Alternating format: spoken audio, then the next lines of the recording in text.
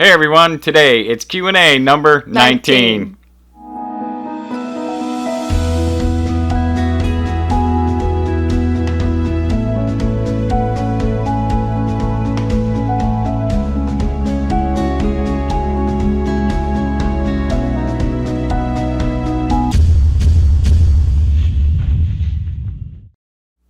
Shalom everybody, welcome to Beit Tefillah and Q&A number 19. If you're new to this channel, that's where we take a lot of questions and put them in this video that we receive via email, Facebook, or even in the comment section below. If you have a question, you can post it below in the comments and we'll try to get to it, we'll try to answer it. And if you email us, we'll keep you anonymous, of course. This is also our last video of the year for 2022, and what a great year it's been for us. I always like to end the year with one of these Q&A videos, and that's why we're doing this one now. Okay, let's hear the first question from my wife Betsy, who is speaking for the people who are asking them. Scott. Yes. How long will you be making videos? Well, come April of this next year in 2023, that's going to be the 7-year mark that I've been making videos here on YouTube for Beit Tefillah, and I'm considering retiring at that time. This has been a lot of fun, and it's been very rewarding. And we've covered so many of the Christian doctrines in the New Testament that you can't find in the Tanakh that there's not really much left for me to talk about. And I'm not going to rehash older topics to just make new videos, because that's not what this is about. This isn't about views. This isn't about getting thumbs up or even being popular. This is about telling people the truth and comparing what they believe to what God said. And I'm not going to be rehashing older topics just for the sake of making more videos. That's a waste of my time, and it's a waste of everybody who's watching's time. So I'm not sure. It's going to depend on a few things, so we'll see. But right now my plans are to retire from Beit Tefillah in the spring of this next year. So, okay, next question. What surprises you when you watch some of these other videos on YouTube? Some of these other videos being a lot of the ones that are coming out by different teachers in the Hebrew Roots community, Messianics. I guess what surprises me the most when I see these videos, it's the same content over and over again, and they're not learning anything. I mean, if they've actually still continued to learn, they would have held up a lot of the doctrines that they believe, because most of the Hebrew roots obviously have come out of the Christian churches. We did, you know, we were Christian, we became Messianic in the Hebrew roots, and then we just kind of just kept learning and moved right through that. And so many of these long time Hebrew roots teachers, and I'm not mentioning any names, they're still teaching the same thing. They haven't learned anything. And I guess it's surprising to me that after all this time, if I've been doing this almost 7 years, I haven't seen anybody new waking up. And even though there's been tens of thousands of people I've seen on Facebook that have gone through and have woken up and come out and have long surpassed some of these so-called teachers on YouTube, a lot of these guys aren't learning anything. They're still spewing the same thing they were a long time ago, back when I started watching some of these guys 10 years ago. And that's pretty sad. I guess that's what's pretty surprising to me, is they're not waking up. Maybe they are learning something and they don't want to admit to seeing it because they have seen the changes that come socially and religiously and a lot of pressure. It could be.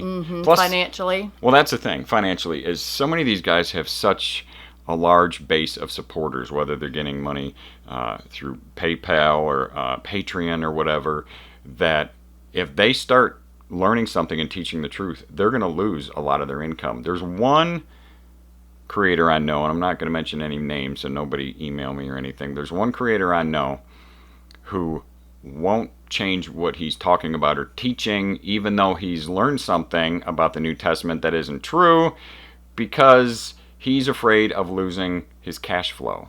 So I have to question what's more important. If you're not doing this to teach the truth, then what are you doing this for? Just a paycheck? Well, I wouldn't be able to live with myself and sleep at night if I wasn't teaching the truth because I was afraid of losing money. That's why I've never solicited for money. Is I don't believe in that. I'm not doing this for any reason except to talk about Elohim's word and to show people the truth. That's why I've done this since day one. So. Yeah. And if you say that you believe in God, who's all-powerful and provides for your needs, then I guess you better say what you think the truth is for that God that you serve, because you're saying the truth for money if you're not. Yeah, when you stick to the old things. Yeah, because he may be testing you and you're failing. And for the Christians who are watching and thinking about, well, the Old Testament, is done away with, and now we're in the New Testament times, then if you want to have a fluid God like that, then maybe we need to start talking about how creation started and go with some other principles that are found in the Old Testament but not always talked about. Yeah. Yeah. It can't be a static thing, in my opinion. Yeah. Or it's just another religion. You might as well go back to your comfortable denomination of Christianity and get your family back and be a comfortable Christian fat cat. Well, I think that's what a lot of people have done. Talking to people, they said, once they came into Hebrew roots, it was hard because they started keeping Torah that the Christians don't believe we need to keep, and they start keeping the scriptural feast days instead of the pagan holidays, but they still kept their Messiah. They still kept Jesus. At least that's the way it seemed to be with my family. It's like, well, you still believe in the Messiah? Well, I guess you're okay then. But once they let the Messiah go, and they leave the New Testament behind, now the persecution gets pretty bad. So, yeah, I can see. I mean... Yeah, it was tough for all of us that have done that, but who do you worship? I mean, who do you follow? Are you following your family? Are you doing it for money, or are you doing it because this is what God said? Right. And just because you're doing what you believe God said doesn't mean you have to be like some of the Christians that are banging you over the head with their beliefs for your family. You can respect where your family is because we remember when we were Christians, or we remember when we weren't Christians. Everybody has to walk their path. There's a good way to show respect for that, even while, it's okay for people to go on diets, but it's not okay to not eat something that's called an abomination instead of meat. Yeah. So, to come full circle with this, I think it is surprising to know that some of these guys have learned some truth, but they just won't talk about it. That's what's surprising to me. And some that haven't seen it because they're too busy parroting what they've learned from others or what they've been talking about for 10 years, that they haven't stopped to check and make sure and audit what they believe that it matches the Word of God. It's disappointing. Yeah, it's very disappointing. Okay, next question. Can you recommend a good Bible for me? All right. Can I start? Well, sure. Thanks. Sure, go ahead. Okay. Coming from the Baptist background, which I consider very morally safe and protective, we had the King James Bible, and although I took a foreign language in high school and understood the differences that come when you translate from one language to another, I was very much a King James Version person for many years. And so when I went to my safety place, I found the King James Version Bible when I got online in an app. And before I got online, a deacon at one of the churches I went to gave me the Strong's Concordance. Yeah. It's a big, heavy black book that you have to put it on the table and go through the pages and read. So since then, on my phone, I got the Strong's Concordance app where I can look on the King James Bible, find what the Strong's Concordance says about that, take it back to the Bible verse, and you're just putting your finger on the word, and then you can have it defined or say Strong's with it. And that has saved me many hours, and as a Baptist, Pentecostal, Christian person, it made me feel like I was still using the approved study things. And that's how I walked away from it. It wasn't because I didn't know there were Messianic people. I didn't know there were people who were only Torah observant. I was just studying my Bible like so many of the other people that I think we have met. Yeah, I would say that if you're a phone person, you need to think about these apps. I mean, Betsy's the phone person in our relationship. I'm more of the computer guy, and she's more of the phone. She's had shown me a lot on my phone because I don't get it. But she's really good with these apps, and she can just find all that stuff really quick. I'm more of a computer guy. Sit down at the computer because that's where I write. For Beit Tefillah is where I've done written all my books over the years and everything. And so if you're sitting down and you're more of a computer person, there's something you can get called eSword. And it's free and it's really nice, and you can get different Bible versions for it too. And it's like using an app for your computer, so you don't have to actually go out and buy a Bible.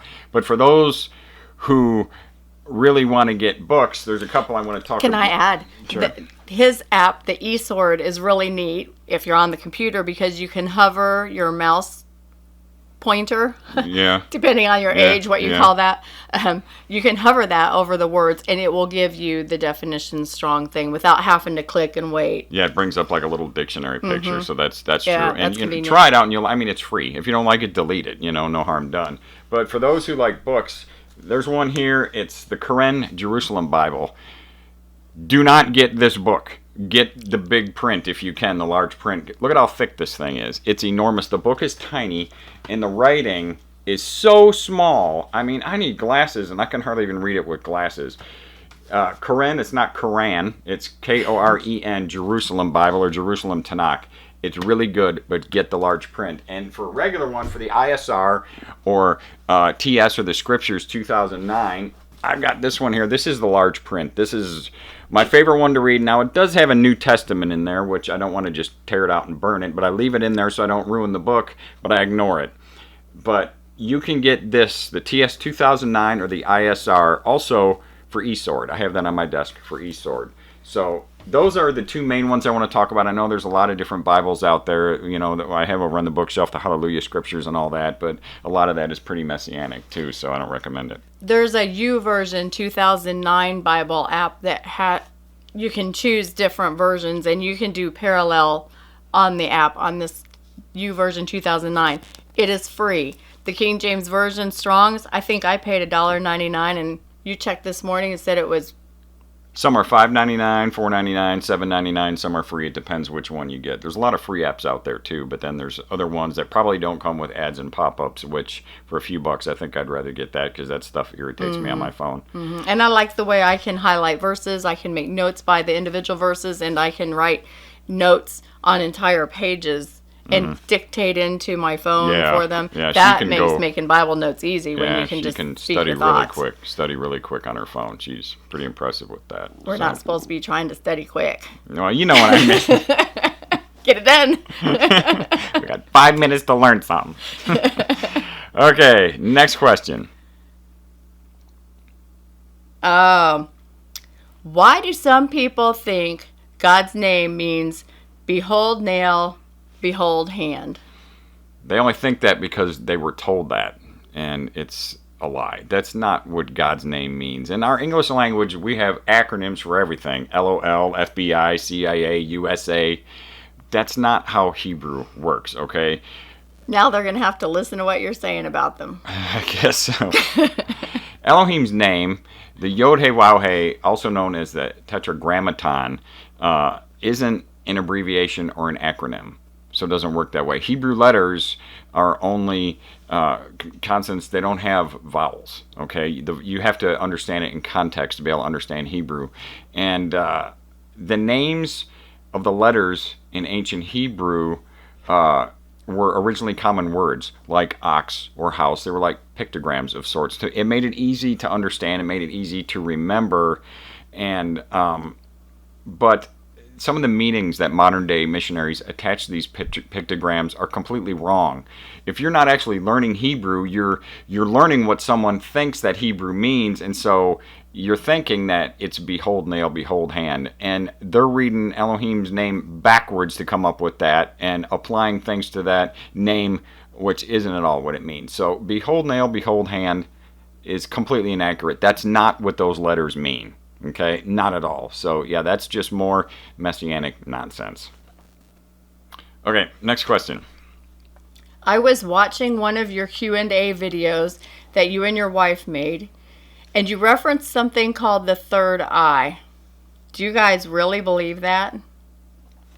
Well, as we said in that video, there's a lot of things that we've been looking into to see if there's a grain of truth to them or not. Because if a lot of religions around the world do it, sometimes it's worth looking into to see, hey, is it something that God just never told us about in the Bible? Because there's a lot of stuff He didn't tell us in the Bible, and it's something to look into. And one thing about the third eye, we don't know if we believe in that or not. We're looking into it. We don't know how much truth is into that or not. But say if Elohim did give us a sense, a third eye, if there is something like that, He gave it to us.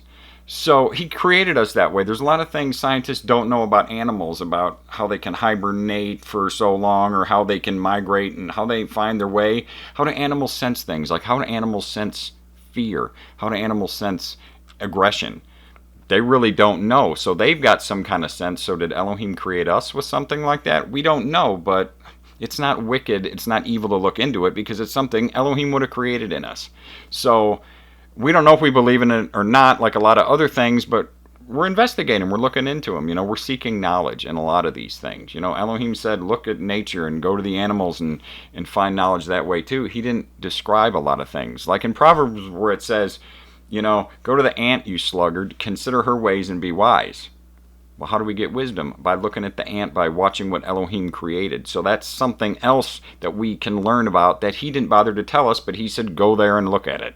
So that's one thing we're doing, is we're looking at a lot of things to see if there's any truth in some of this stuff. Just because it's not in the Bible doesn't mean that Elohim didn't create it, and to say that it's something that exists, it's not adding to his word, it's observing what he made. So some of these people get really upset and paranoid when we start talking about some of this stuff, but we're not promoting it. We said we're looking into it.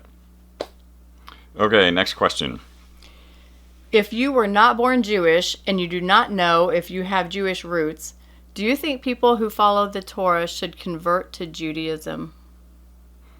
I don't think that at all. Why would you? I mean, Elohim didn't give us anything called Christianity. He didn't give us anything called Judaism. And you can keep Torah and you can do all that without converting to another religion. Now, I'm not knocking Judaism at all. I'm part Jewish, but I don't follow Judaism. I can see if people want to do it. It's better than Christianity because you're not in idolatry, but I can see if people want to do it for a sense of community. But do I think it's necessary? Do I think it's something you have to convert to? No, not at all. Do you think it would be... I try to look for the deaf people to see my lips when I'm not looking at you. Okay. Do you think that it would be going from one set of religious beliefs using the New Testament into another set of religious beliefs where you're going to be separating with the community over whether they should be observing the things that their rabbis teach? Well, yeah, I mean, you've got the Tanakh. Elohim said don't add to his word, and then the Christians have the New Testament and the Jews have the Talmud. And then you also have the thing where a lot of Jews are going to say, well, you're not Jewish, so you have to do something called the Noahides, which is wrong. And it's nothing. Video? Yeah, I have a video on that. It's nothing Elohim gave us. And matter of fact, it goes against the word of Elohim. And so you have to be careful. Some Karaite communities will welcome you in, and you don't have to, follow any kind of rabbinic literature, rabbinic laws. With some Karaites that I know, they just go by Torah only. Some don't even really have much to do with the whole Tanakh, the prophets and the Ketuvim or the writings or something. It's just mostly Torah. So, yeah, you might be able to join something like that. I think if I was going to join some kind of Jewish community, it'd probably be the Karaites. Mm-hmm. No, it's nothing that I think you need to do to convert. Once we take hold of Elohim's covenant, we become his people. We became yisra'el. So you've converted there. So I think that's probably all you really need to do. I know some people who are seriously convinced by the book of Revelation. Why are they so convinced? A lot of people are getting the same messages. Well, are people getting the same messages, or are they thinking inside of the paradigm that we've all been taught? The book of Revelation is written in a way that it could apply to anyone at any time. For example, it tells you in the book of Revelation, there'll be wars and rumors of wars. Hasn't that been happening since time immemorial? I mean, there's always wars and rumors of wars, but yet people who are they think so selfishly, they're so into what's going on around them that if war comes to their land, or if war is persecuting them personally, it must be the end of time. You think about God's people that have been persecuted and killed for thousands and thousands of years. Wasn't that the end of time for them? Well, yeah, it was. I mean, they were being persecuted, but Revelation could fit anyone at any time, and that's why we don't go by the book of Revelation, because it's It's only the New Testament talks about hell, the Antichrist, the mark of the beast. And I explain all of that in the video thumbnails I just showed you, stuff like that. It's nowhere in the Tanakh, and none of Elohim's prophets ever told us about anything like that. Book of Revelation is just more fiction that supports the fictitious New Testament. So, yeah. You can be convinced on it, but it's something that could be written for anyone at any time. Were the Nephilim fallen angels, giants? Can you do a video on this? The answer to that question is neither. For a deeper explanation as to why I say that, I discussed this in a different video I made entitled, Will There Really Be a Great Falling Away? The part you're looking for is halfway through, pretty much near the 6-minute mark. I'll add a link to that video below in the description, as well as all the other ones I've shown. I probably should have done a standalone video on that topic, but I don't really think, like I said earlier, I'm going to be making different videos on the same subject. So I get this question a lot. So I'm going to put a link below, like I said, for those who want to look into that. Because Nephilim, nowhere in that definition of that word is giants. Okay, or fallen angels, nothing like that. It's fallen ones. Nephal is the Hebrew word that means to fall. Okay, so see that video for a deep explanation of that. Well, that's it for this Q&A in 2022. Thanks for watching as always. If you haven't subbed to our channel yet, please do so. Everyone have a blessed 2023. Shalom from all of us here at Beit Tefillah. Shout out to all who are yisra'el and scattered worldwide in the dispersion. Everybody be blessed and have a wonderful day.